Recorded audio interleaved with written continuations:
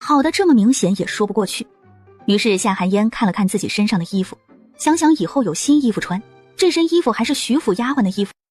于是他从裙子上扯下一块布条，缠在了小狼崽的后腿上，这样一会儿三哥回来就看不到伤口了。夏寒烟知道他能听懂自己说话，于是说：我告诉你，我知道你腿已经不疼了，可一会儿我三哥回来，你给我装瘸，知不知道？不能让他看出来你已经好了，知不知道？我知道你能听懂我说话。小狼崽虽然不明白夏寒烟为什么这样做，不过他听懂了，姐姐让他装瘸给那个人看。等冷三郎回来将树叶放在地上，夏寒烟从水囊里倒了些水出来，小狼崽又立刻喝了起来。这个水怎么和刚刚喝的不一样？好了，小东西，我们要去采药了，你赶紧回去找娘亲们。好吧，等我回去告诉我的狼父和狼母，让他们报答你。我们也走吧，三哥。走吧。两人背着背篓去寻找草药了。这次两人顺着上次的方向又往深处走了一段，夏寒烟一抬头就看到了一朵红艳艳的花骨朵，这不是玫瑰花吗？没想到这里竟然有玫瑰花。夏寒烟刚想伸手去采摘玫瑰，就被冷三郎制止了。媳妇儿，这个不能碰，上面有刺，一不小心就会扎到手，你要是喜欢我给你摘。不知道为什么，当冷三郎把玫瑰花递过来的时候，他突然就想到了送人玫瑰花的含义。红玫瑰象征着炽热的爱情与激情，代表经典告白和永恒承诺，最适合情侣之间使用。夏寒烟一抬头正好对上冷三郎那帅气白皙的脸庞，连夏寒烟这个在21世纪见惯了明星小鲜肉的人都不得不承认，冷家的4个郎是真帅。看到媳妇儿看着他发愣，冷三郎拿着玫瑰花在夏寒烟面前晃了晃。媳妇儿，你咋了？夏寒烟回过神，一想到刚刚看人家看入神了，脸一下子就红了。天哪，丢脸死了，他怎么还犯花痴了？媳妇儿，你是不是不舒服啊？怎么脸这么红啊？冷三郎紧张地问。没事没事，我就是走的时间长，有些热了。哦，原来是这样啊，那我们坐下来休息一下。好。夏寒烟把玫瑰花放在鼻子下闻了闻，真香。媳妇儿，你很喜欢这些花吗？挺香的。你要是喜欢，我去给你摘，这山上这种花很多，还有其他颜色呢。有很多吗？对啊，这种刺刺花扎人，所以别人都不喜欢。刺花？对啊，这个就叫刺花。那你知不知道，其实它有一个很好听的名字，叫玫瑰。玫瑰花，名字是挺好听的，我还是第一次听说刺花叫玫瑰。夏寒烟看着手里的玫瑰花，如果有很多的话，倒是可以利用起来。三哥，那你有时间帮我多摘一点这个花，我有用，只要花骨朵就行，你可以用剪子直接剪下来，这样就不扎手。好，我知道了，媳妇儿，明天我就去给你摘花。两人挖了一背篓草药，眼看天色不早了，站起来刚准备下山回家，就听见远处传来了狼嚎声，吓得两人一激灵。冷三郎赶紧背起背篓说道：媳妇儿，咱们快走吧，这里已经是山的内围了，再不走就危险了。好，那我们赶紧下山。好，走吧。两人刚走出去不到50米，就看到一群狼朝着两人跑了过来，吓得冷三郎赶紧把夏寒烟护在身后。他虽然也害怕，可无论如何也不能让这些畜生伤了媳妇儿。看到自己身前微微颤抖的身影，夏寒烟心里暖暖的。这一家人待他都很好，自从奶奶去世后，他已经很多年没有感受过这种被人护着的感觉了。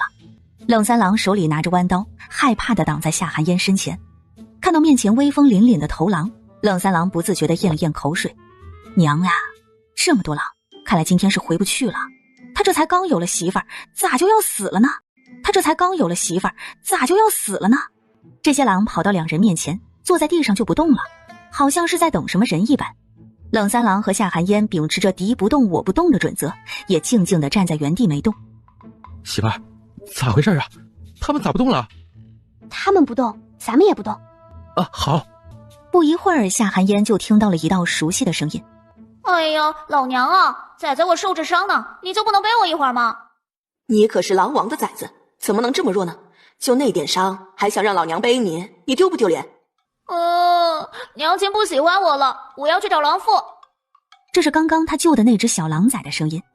果然，就见远处又跑来了2只白狼，一大一小，那小崽正是他救的那只。看到夏寒烟，小狼崽也不和狼母拌嘴了，颠颠颠的跑到夏寒烟脚边，讨好的说：“姐姐，我来报答你了。”冷三郎也通过小狼崽后腿上的布条认出了他，这才没有阻止他靠近夏寒烟。不过他还是防备的看着其他的狼。夏寒烟蹲下身，将小狼崽抱起来，晃了晃，说道：“你这是来报恩还是来报仇的？带这么多狼来，也不怕吓死姐姐？”啊，我当然是来报恩的。小狼崽说完，就扭头看着身后的头狼说：“狼父、狼母，就是这个人类姐姐救了我，他们害怕这么多狼，你快让狼叔叔他们先离开。”小狼崽话落，果然其他的狼就都离开了，只有2头白狼留了下来。夏寒烟看着小狼崽说：“没想到你这个狼王的小崽子还挺有威望的。”那当然，我可是下一届狼王，他们敢不听我的？三哥，放心吧，他们是小狼崽的爹娘，是来感谢我们刚刚救了他们的孩子，不会伤害我们的。冷三郎看了看夏寒烟手里的狼崽，又看了看远处的2头白狼，这才放松下来，知道这个狼崽可能会听懂人话。哎呀，你这个小家伙可把我们吓坏了，还以为狼来吃我们了呢。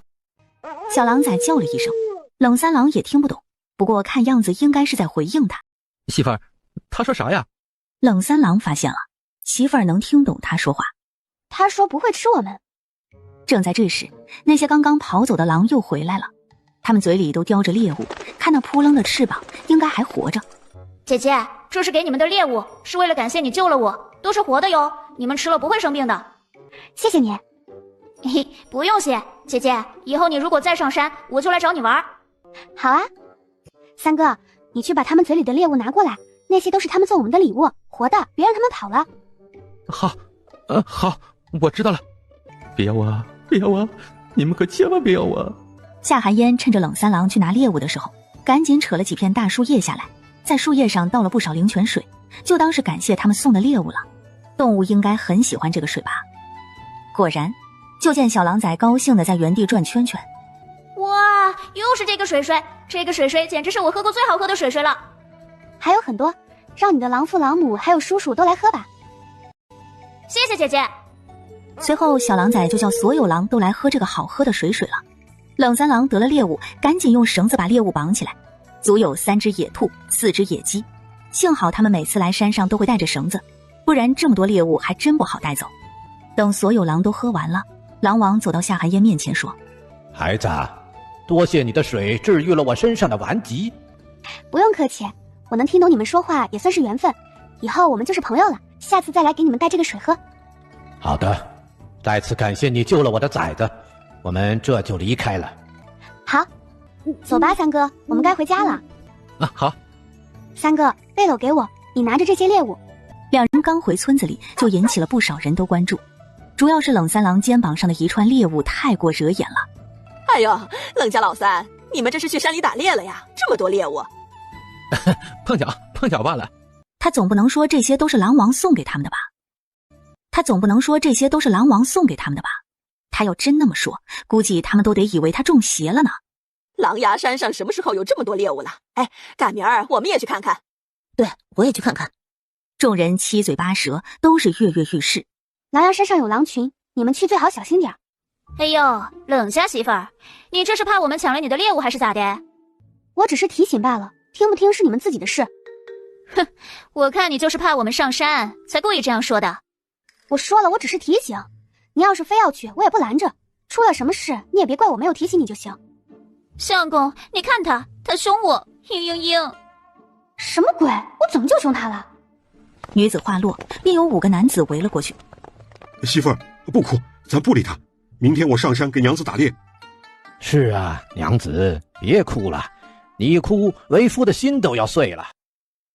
媳妇儿，不哭。媳妇儿。夏寒烟看眼前这情景，看来这人也是共妻。三哥，我们走。三哥，我们走。好。刚到家门口，就听到了4郎的哭喊声。娘，别打了！娘，别打了！我以后再也不去了！哎呦，别打了，娘！夏寒烟和冷三郎对视一眼，赶紧跑进门。一进来就看到曹春香举着扫把要打4郎，冷二郎挡在前面。咋了，娘？婶子，别打了！这是怎么了？婶子，4郎做错了什么？你说，你去干啥去了？我和虎子他们下河玩了。你知不知道那里很危险？去年村里被淹死的栓子，你都忘了吗？三哥，我没忘，是虎子说他在河里发现了好东西，说煮着吃很好吃，我这才跟着下河去捞的。你看看你捞的都是什么东西啊？能吃又怎么样？能有命重要吗？今晚夏寒烟准备做一个红烧排骨，一个爆炒花甲，搭配白米饭。因为有了花甲，就先不做鱼了，也不能做2个海鲜。这时冷大郎也进了家门，夏寒烟看到冷大郎被汗水浸透的衣衫，又看了看他的腿。如今家里有钱了，也没必要再让冷大郎拖着伤腿在码头受累。大哥，要不你别去码头了。我除了一把子力气啥也不会，总不能在家里吃白饭，这挣一文是一文。大哥要是有力气，不如和我去山上挖草药，赚的还多。大哥有身手，还能保护我。这……冷大郎犹豫了。媳妇儿，你是不是觉得我太没用了？遇到狼群都不能保护你。啥？你们遇到狼群了？媳妇儿，你有没有受伤啊？冷大郎一着急就叫秃噜嘴了，竟然把心里叫了千百遍的称呼顺嘴叫了出来。冷大郎悄悄观察了一下夏寒烟，见他没有生气，这才松了一口气。这怎么就遇到狼群了呢？有没有受伤？夏寒烟看过去就见篓子里装的都是花甲，没想到那河里竟然有这东西。好了，婶子别生气了，这打也打了，相信他也长记性了，是不是四郎？夏寒烟给四郎使了个眼色，四郎赶紧说：我以后都不下河了。你看婶子，四郎知道错了，您就别生气了。再说四郎捞回来这东西还真能吃。真能吃啊？真的。婶子，我去做饭，您啊消消气，一会儿多吃点。二哥，我扶你回屋，一会儿吃饭我叫你。好，辛苦你了，妍妍。刚走出来就看到被扔在地上的野兔和野鸡，夏寒烟赶紧朝着屋里喊了一声：三哥，快把兔子和野鸡处理了。啊，来了来了。呀，这哪里来的这么多野物啊？三哥，你和婶子说吧，我去做饭了。冷三郎把事情和曹春香说了一遍，然后就去处理猎物了。听得曹春香一脸的惊讶，没想到狼还知道报恩呢。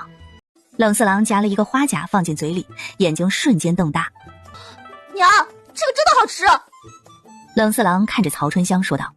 曹春香白了他一眼，没说话，不过却默默夹了一只花甲吃了起来，然后又尝了一口红烧排骨，赞叹地说：小烟，你这手艺真是绝了呀。婶子喜欢就多吃些。二哥，这个是四郎捞的花甲，我已经把壳给你剥掉了，你尝尝。谢谢妍妍。冷二郎此时眼里全是温柔，如果不是围着布条，那柔情都要溢出来了。大家吃饱喝足，一起将碗筷收拾干净。看到桌上的花甲壳，夏寒烟并没有丢掉，他拿过一个篮子，将桌上的壳扫进篮子里。媳妇儿，这个壳是有什么用吗？我留着有用。媳妇儿，你现在能告诉我要我干啥了吧？冷三郎期盼地问。你不是要给我摘花吗？明天你就去给我摘花吧，我有用。好，这怎么就遇到狼群了呢？有没有受伤？我没有受伤，大哥，狼群没有伤害我们，他们……夏寒烟赶紧将他救了小狼崽，狼父狼母来报恩的事说了一遍。听到事情的经过，冷大郎这才放下心来。好，我明天不去码头干活了，明天我和你上山采药，老三那小体格子一头狼都打不死。媳妇儿，大哥陪你去山上，那我干啥呀？曹春香在一旁听着也有些着急，老三这2天好不容易不出去疯啊，这要是小烟用不上三郎了，三郎不会又跑出去成天见不着人影了吧？夏寒烟看着冷三郎委屈巴巴的模样，就觉得好笑，以前怎么没发现这人还挺可爱的。我还有别的事要三哥去做。什么事啊，媳妇儿？冷三郎顿时开心起来。吃完饭再说。说完就去了厨房，排骨应该差不多了，再炒个花甲就可以开饭了。大家围坐在桌前，看到桌上的美食，眼睛都亮了。冷四郎夹了一个花甲放进嘴里，眼睛瞬间瞪大。此时天还没黑，曹春香拿出布料开始缝衣服。夏寒烟看着曹春香手里的布料就知道那是给她做的。婶子，明天还去地里吗？不去了，今天都干完了，就等着秋收了。那正好，地里没活了，婶子，咱们盖房子吧。盖房子？可是我们银子不够啊，不如修缮一下算了。听到曹春香的话，夏寒烟这才想起来，他今天挣了200两的事还没和他们说呢。瞧他这脑子，怎么把这件事给忘了？婶子，这是我今天赚的200两，建房子足够了。看到面前白花花的银子，曹春香心里咯噔一下，眼睛瞪得老大，好像被人按了暂停键一般，愣在原地一动不动，直到被手里的针扎了一下，这才回过神来。曹春香看着面前的银子，脸上不自觉的就挂上了笑容。回过神来，他赶紧问：小燕，这是哪里来的银子？这也是你卖草药赚来的吗？算是吧，我把草药做成了药丸，就是给你们吃过的那种药丸。我把药丸卖给了医馆，1瓶10两银子，20瓶正好是200两。啥？那药丸原来这么值钱？那我们吃掉的那些，那岂不是好几两银子就没了？婶子，盖房子的事您和冷叔商量商量，最好盖一个大些的，至少要1个人1间房才行。咱们盖青砖大瓦房，盖房子的事我也不懂，这事儿就交给您和冷叔了。行，这事儿啊交给我去办，你放心吧。那行，婶子，这100两你先拿着，不够再到我这里取。行啊，那婶子就不跟你客气了。第2日一早，冷三郎背着背篓，拿着剪刀就去了山上。他知道哪里玫瑰花比较多，一路没有停留，直奔目的地。来到一片小山谷里，放眼望去全是玫瑰花，有红色的、白色的、粉色的、蓝色的，还有紫色的、黄色的，个个娇艳欲滴，花朵上还挂着清晨的露水。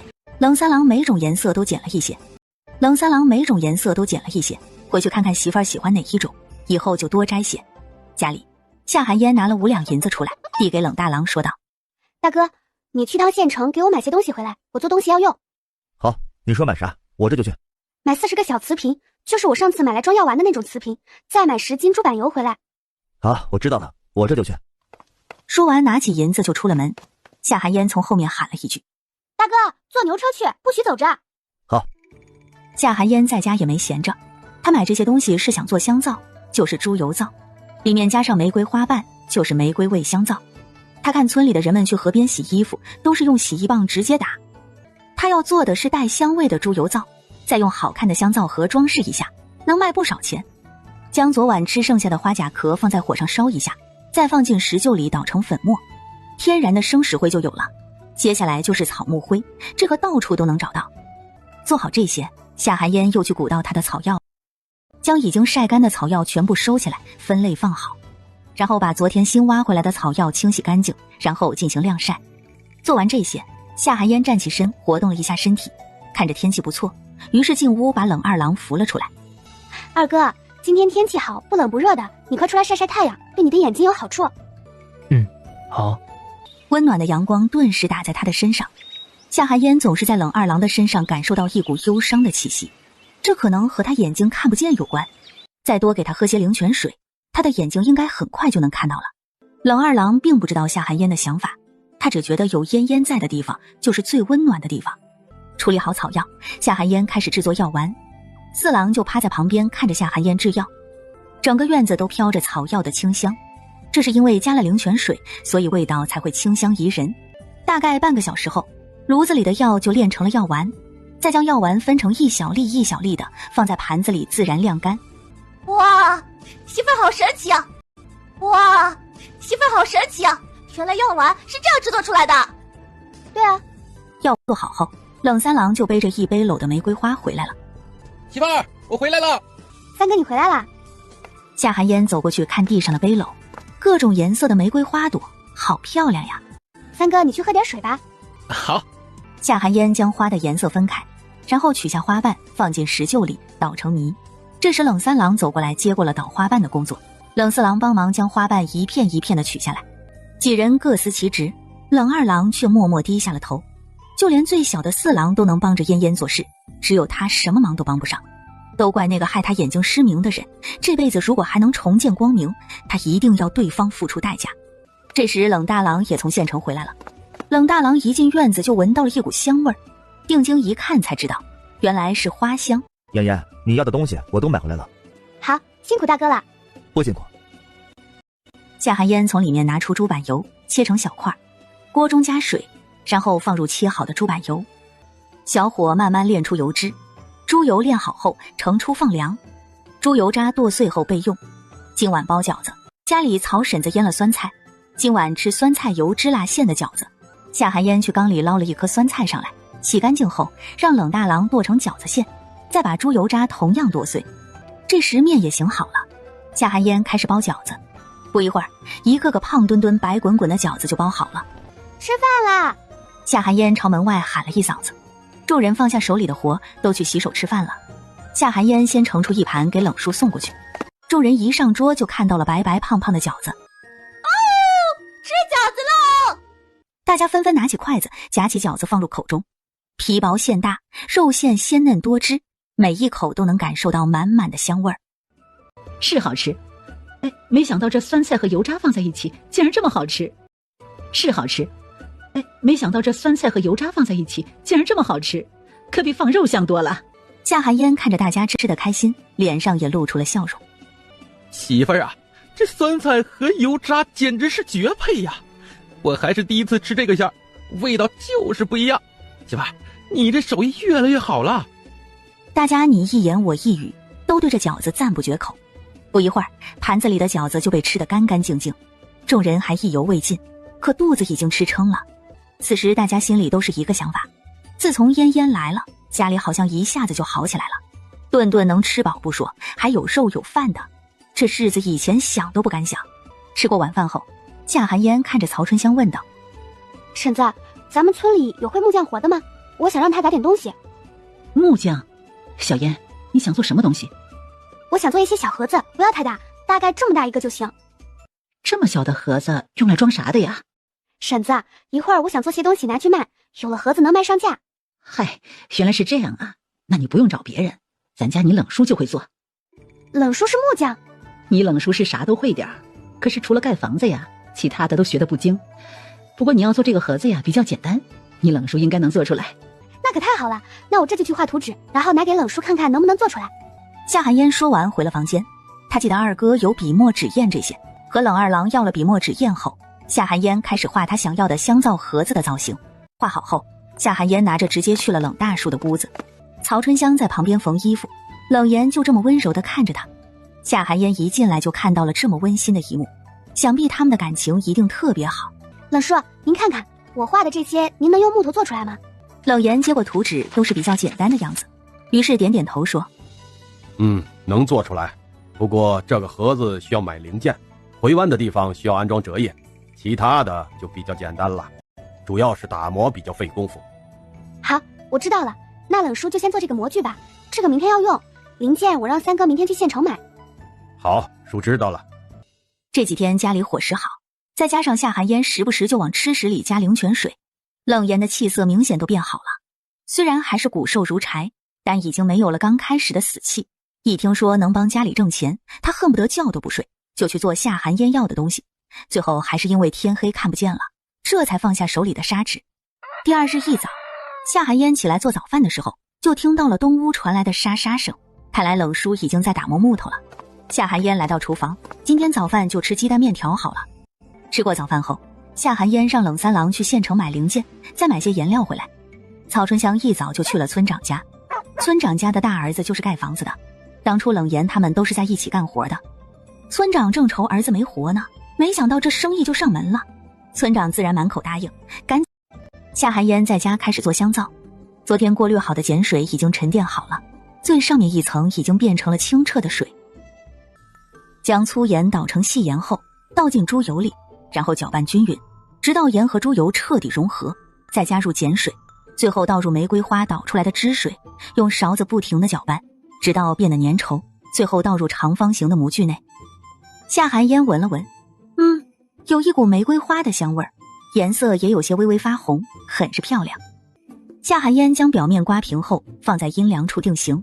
这时曹春香正好回来，看到夏寒烟便笑着说：小烟呀，下午盖房子的人就来了，你这些东西有没有不能让外人看的？赶紧先收起来。曹春香看着满院子的草药，他知道这东西都可值钱了，要是被外人看去了，再学小烟也去采药，那小烟不是采不到了吗？曹婶子的意思夏寒烟明白，四处看了看也没啥不能看的。曹婶子的意思夏寒烟明白，四处看了看也没啥不能看的。这药材山里就有，他也不怕别人学。他可是从小就和奶奶学习认草药的，直到18岁才开始学习制药。没关系的，婶子，这些东西他们看了，没人教也学不会。好，那就行。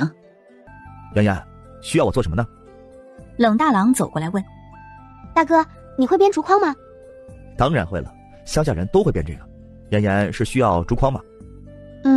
我想要一个大一些的竹筐，不要太深，圆形或者长方形都行。我用来晾晒草药，总放在地上也不行。婶子说下午建房子的人会来，他们来回走路搬东西也不方便。行，我去砍些柳条，一会儿回来多编几个。四郎，夏寒烟喊道。媳妇儿，怎么了？四郎从屋子里跑出来。四郎，三哥处理好的猎物，你看到他放在哪里了吗？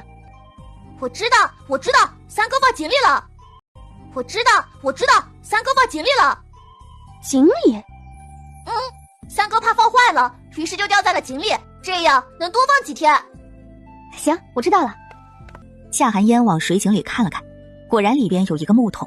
夏寒烟赶紧转动辘轳，把木桶拉上来。媳妇儿，你小心些。四郎在旁边担忧地说道。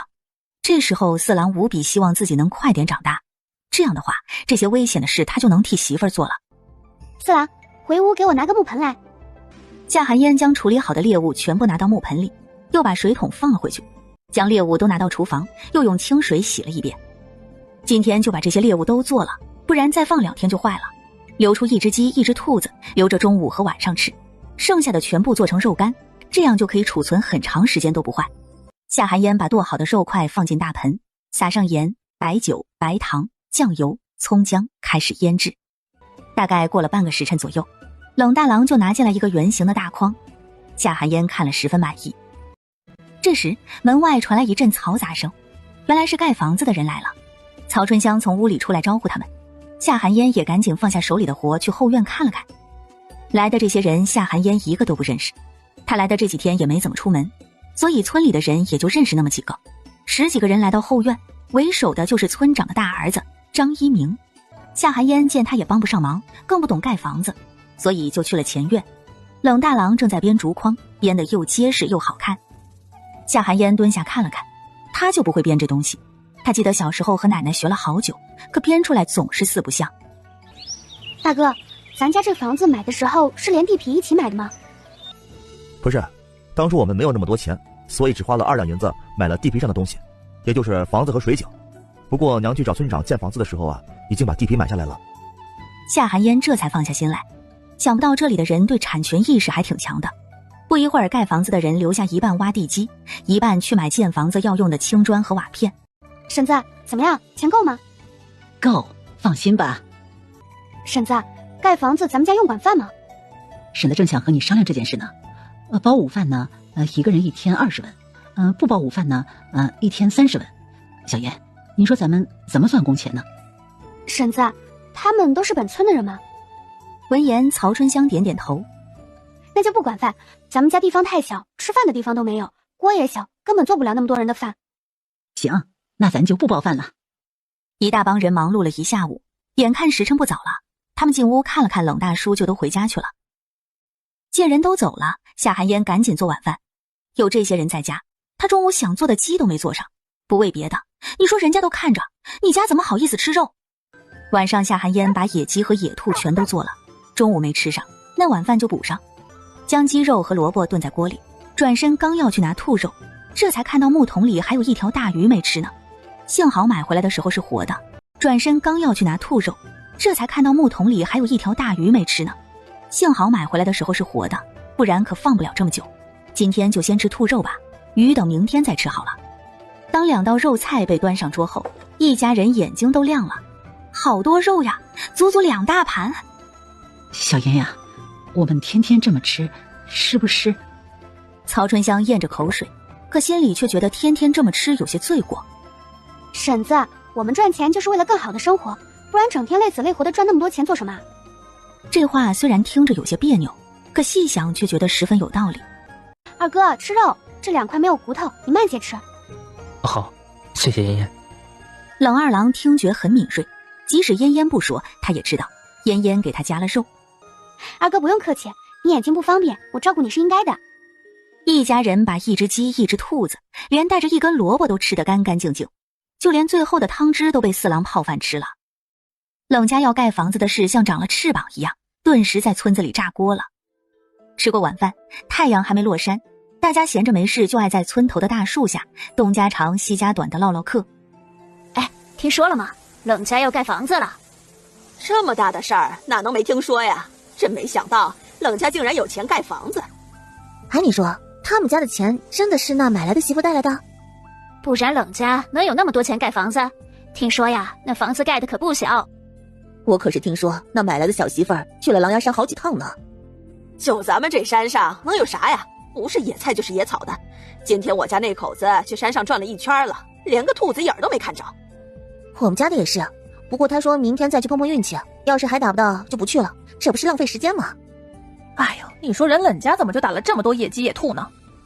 众人七嘴八舌地说着八卦，说者无心，听者有意。一旁默不作声的狗蛋娘可不认为冷家盖房子的钱是那个丫头骗子带来的。那丫头刚来的时候，她可是看得清清楚楚，那丫头是空着手来的，啥也没有，怎么可能突然就有了这么多钱盖房子？再说了，那丫头要是真有这么多钱，又怎么会被卖到这穷山沟沟里？肯定是他们在山上找到了什么挣钱的宝贝。那丫头带着冷三郎去了好几次后山，哪次回来呢背篓可都是满满当当的，也不知道装的是啥，下次得让相公注意一下。夏寒烟完全不知道他已经成了村里八卦的对象，更不知道已经有人惦记他挣钱的法子了。夏寒烟将剩下的玫瑰花瓣全部放进箩筐里晒干，这样想用的时候随时都能拿来用。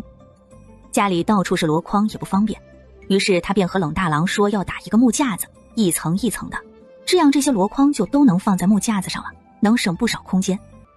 第二天盖房子的人早早就来了，随着太阳慢慢的升起来，这天气是越来越热。在大太阳底下，众人只觉得身上都快晒冒烟了。在大太阳底下，众人只觉得身上都快晒冒烟了。这天太热了。夏寒烟一早上起来吃过早饭后就煮了绿豆水，还让暖宝在空间的山里找了薄荷叶，绿豆水里放几片薄荷叶，煮好后他也学冷三郎放到井里吊着，这样等中午热的时候就能喝了。就在人们口干舌燥汗流浃背的时候，夏寒烟赶紧让冷三郎去把井里的绿豆水拉上来给他们拿过去。一想自己家里的碗也不够，于是只能到隔壁刘婶子家里借几个。大家正口渴难耐，自己带来的水都快喝完了。正在这时，冷三郎大声吆喝：各位叔叔大爷，快过来喝水，凉快凉快。众人一听，立刻放下手里的活聚拢过来。冷三郎赶紧给众人盛汤。夏寒烟见冷大郎还没过来，他今日也跟着盖房子了，赶紧让冷三郎盛了一碗绿豆汤端了过去，一会儿该不凉了。大哥，快过来歇歇，我煮的绿豆汤你喝一碗。来了。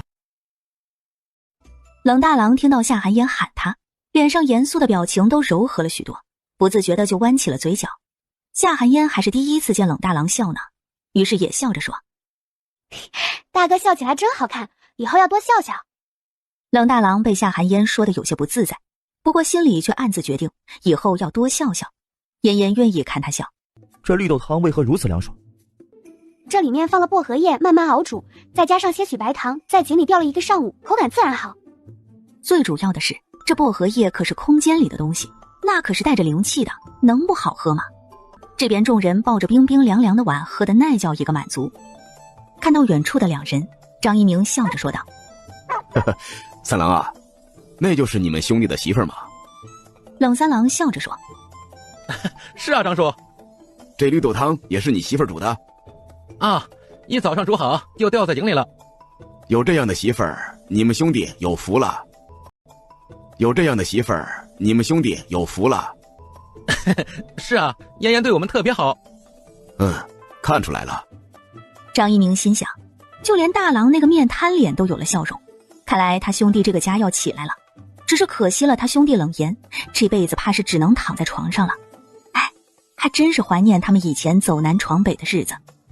喝完了绿豆汤，身上也不热了，就连身上的疲累都一扫而空。众人只觉得身上又充满了力气，大家只以为是喝了绿豆汤凉快的原因，身上有了力气，大家又接着挖地基。冷大郎将碗递给夏寒烟，看着他白皙的皮肤染上了一抹粉红，应该是天气太热的缘故。妍妍，你快回屋待着，外面太热了，你看你脸都晒红了。好，你腿不方便，帮着干点就行，别累着了。好，快回去吧。回到房间，夏寒烟就去了曹春香的房间。婶子，做衣服呢。婶子，做衣服呢。小烟呀，你来的正好，婶子刚把你的衣服做完，来，快去穿上试试。说完就递过来一套嫣红色衣裙。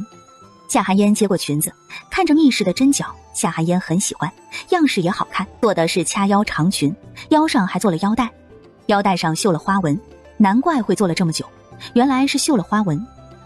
夏寒烟穿上后，抬起手看了看，大小正合适，于是她整理了一下头发，就去了东屋。婶子，大小正好。哎呦，简直是太好看了！哎呀，小烟呀，你年纪小，以后就穿这些亮堂的颜色，看着让人眼前一亮，就跟那仙女下凡似的，嗨，真好看。婶子，哪有那么夸张？哎，婶子可没有夸张。老头子，你说，小烟是不是穿这个颜色衣服好看？咱们小烟长得标致，穿上这衣裙确实好看。小烟呀，婶子想等家里房子盖完了，就去官府给你办理户籍。可要想把你的户口落在婶子家户头上，你就得和大郎他们办理婚书，还要找人担保。不过这4个人只能有1个人能和你领婚书。婶子想问问你，你看你想和谁领啊？这时候的婚书应该就和现代的结婚证一样吧，和谁领都一样，反正他也不和他们圆房，以后如果他们找到喜欢的人也能娶进门，他不过是想要个户口罢了。他都想好了，到时候婚书作废，他就单独立个女户，他想去哪都行。婶子，那就和大哥领吧，大哥毕竟是家中长子。行，那这事儿就这么定了。等房子建完了，你和老大呢就把婚书领了，婚礼咱先不办，等你想好了再说。好。婶子，我来是想问问您，4郎今年都11岁了，如今家里有钱了，不如让4郎去读书吧。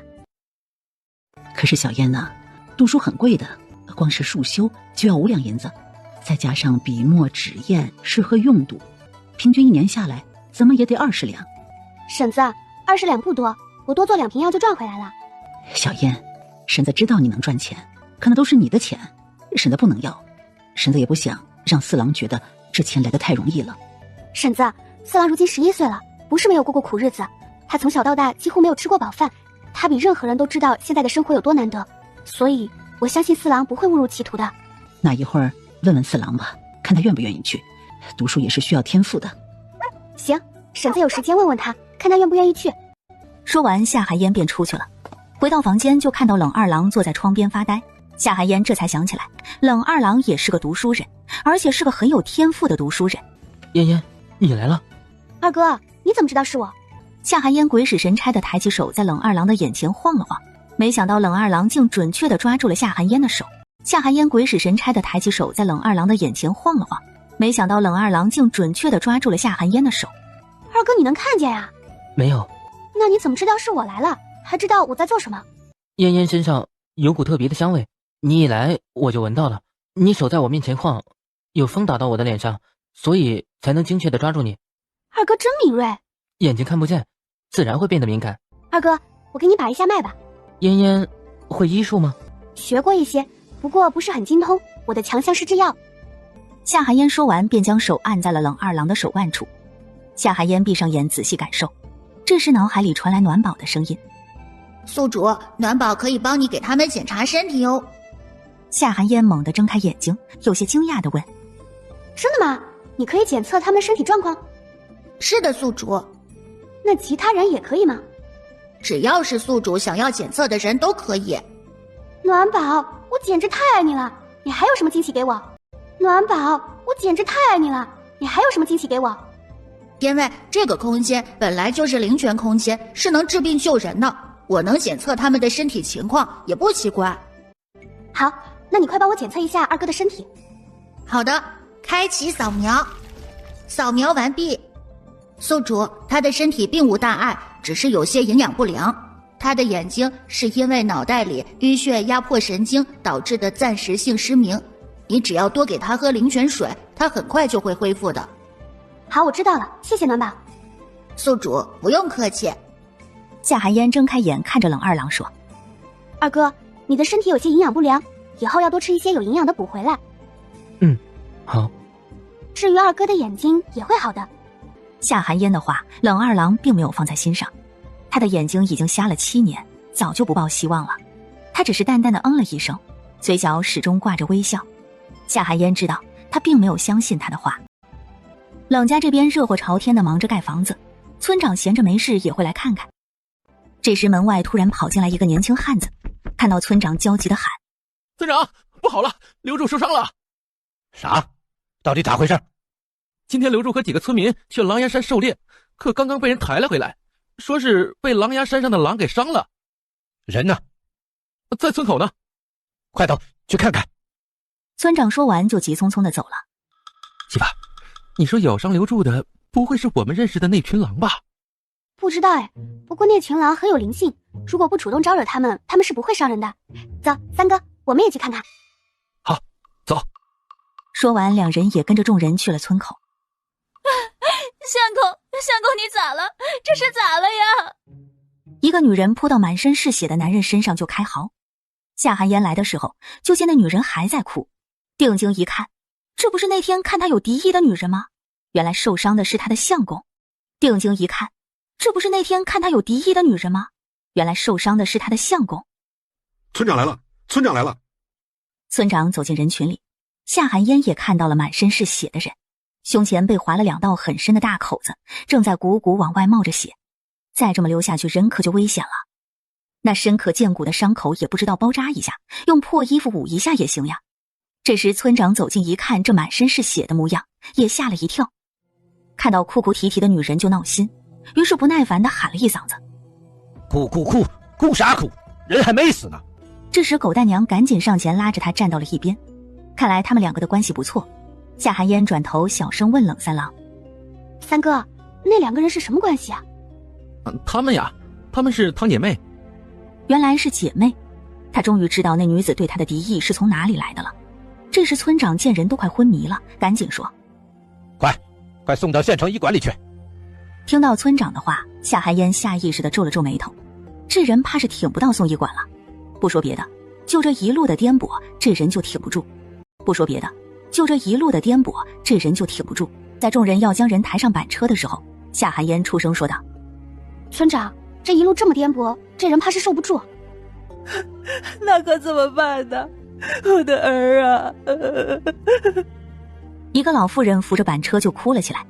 夏寒烟想了想，从怀里拿出一瓶血凝露递过去说：把这个给他撒到伤口上，先止血再送医馆吧，不然病人怕是撑不到县城了。好，谢谢啊，谢谢你。老太太接过来连忙道谢。这时狗大娘却悠悠地开口说：我说刘大娘啊，你可别乱用药，他又不是大夫，要是这药有什么问题，你儿子这条命可就没了。刘大娘有些犹豫，拿着药不知道该不该用。我确实不是大夫，刘大娘要是信不过，便把药还给我吧。说完便伸出了手。这时狗大娘旁边的女子，也就是男人的媳妇儿崔氏，突然就想起了前天夏寒烟说过的。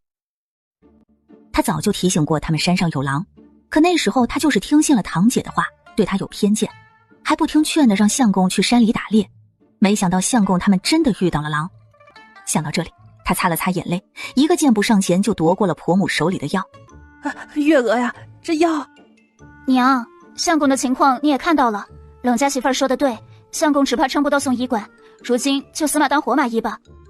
崔月娥说完，打开瓷瓶，将相公的衣服打开后，对着伤口刚要撒，就被狗大娘制止了。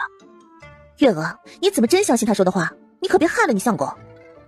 堂姐，当初要不是听了你的话，我也不会让相公去狼牙山狩猎，相公也就不会伤成这样了。我说崔月娥，你可别血口喷人，我可什么也没说，你怎么往堂姐身上泼脏水呢？这件事绝对不能怪到自己身上，不然村里一人一口唾沫星子都能淹死他。而且刘家兄弟多，他可不能得罪。看到堂姐翻脸，崔月娥用凉飕飕的眼神看了堂姐一眼。就是他在他面前一直说冷家媳妇儿的坏话，所以才让他对冷家媳妇儿产生了偏见。堂姐还说他肯定是在山上发现了好东西，这才不让大家伙上山。还说刘家兄弟多，让他们去山上看看，说不定能碰到好东西。就是多打几个野鸡野兔也是好的。而堂姐的2个相公却待在家里，啥事没有。他这是被堂姐当先锋了。明明就是堂姐好奇狼牙山上有什么，这才撺掇他让相公去山上看看。崔月娥心里暗自决定，这次如果相公能逃过一劫，他便和堂姐划清界限。看到崔月娥的眼神，狗蛋娘莫名就有些心虚。可一想到他也没做什么，又不是他让刘柱去的狼牙山，他不过是在堂妹面前发了几句牢骚罢了。想到这里，他那点心虚瞬间消失得一干二净。看到堂姐的模样，崔月娥不再理他，将手里的药毫不犹豫地倒在了刘柱的伤口上，